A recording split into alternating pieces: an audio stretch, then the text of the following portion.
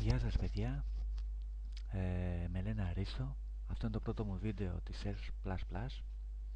Θα προσπαθήσω να φτιάξω αρκετά βίντεο ώστε να μάθουμε κάποια πράγματα. Ας τα πάρουμε λοιπόν από την αρχή. Ας ξεκινήσουμε. Εδώ πέρα στην πρώτη πρόταση κάνουμε include, δηλαδή συμπεριλαμβάνουμε το αρχείο EOStream.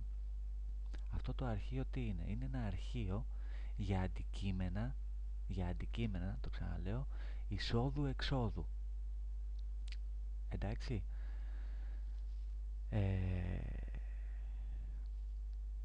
Περιέχει δηλαδή δηλώσεις αντικειμένων. Αυτό το αρχείο είναι μια βιβλιοθήκη που περιέχει δηλώσεις αντικειμένων εισόδου-εξόδου, και κατά τη διαδικασία της μεταγλώτησης ο μεταγλωτιστής, αυτός εδώ δηλαδή, ψάχνει για να βρει αυτό εδώ το αρχείο που περιέχει τις δηλώσεις των αντικειμένων.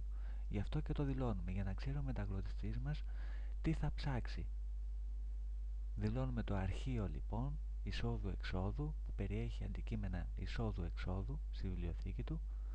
Ο μεταγλωτιστής λοιπόν ξέρει, εφόσον το έχουμε δηλώσει, ποιο αρχείο θα ψάξει, ποιο αρχείο θέλουμε εμείς για να λειτουργήσει το πρόγραμμά μας.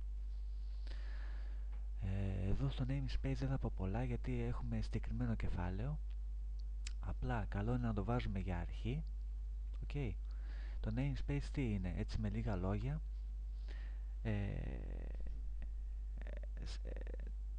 είναι ονόματα χώρου, τα οποία στα ονόματα χώρου δηλώνονται μεταβλητές, συναρτήσεις, αντικείμενα κτλ. Για αρχή κρατήστε αυτό. Είναι ένα όνομα χώρου το οποίο σε αυτό το όνομα χώρου ανήκουν αντικείμενα, μεταβλητές και συναρτήσεις. Και αυτό το όνομα χώρου ονομάζεται STT, δηλαδή Standard σε Standard. Και σε αυτό το όνομα χώρου συμπεριλαμβάνεται και το say out. Το say out είναι ένα αντικείμενο εξόδου. Όπως είπαμε εδώ στην αρχή, το EOStream τι είναι? Μια βιβλιοθήκη για αντικείμενα εισόδου-εξόδου. Λοιπόν, το say out είναι το πρώτο μας αντικείμενο, το οποίο είναι ένα αντικείμενο εξόδου, για να μας βγάλει στην έξοδο, δηλαδή στην οθόνη μας, το hello world. Πριν από το say out λοιπόν βρίσκεται η main, η συνάρτηση main, η οποία είναι υποχρεωτική σε κάθε πρόγραμμα της. Να το θυμάστε αυτό, είναι υποχρεωτική.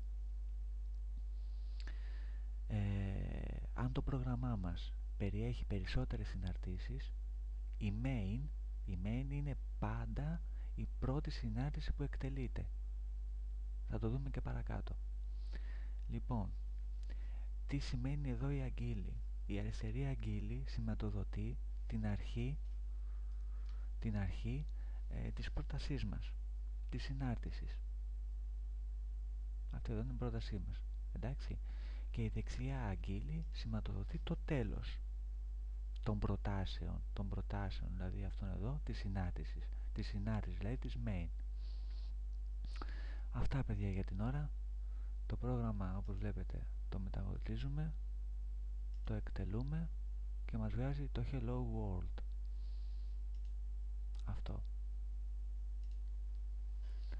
Τώρα όσον αφορά λίγα λόγια ακόμα για το namespace, για όσους βιάζονται και δεν έχουν υπομονή όπως εγώ, αν δεν το είχαμε δηλώσει το όνομα χώρου STD, που όπως είπαμε σε αυτό το namespace δηλώνονται αντικείμενα, μεταβλητές και συναρτήσεις, αν δεν το είχαμε δηλώσει θα έπρεπε να γράψουμε STD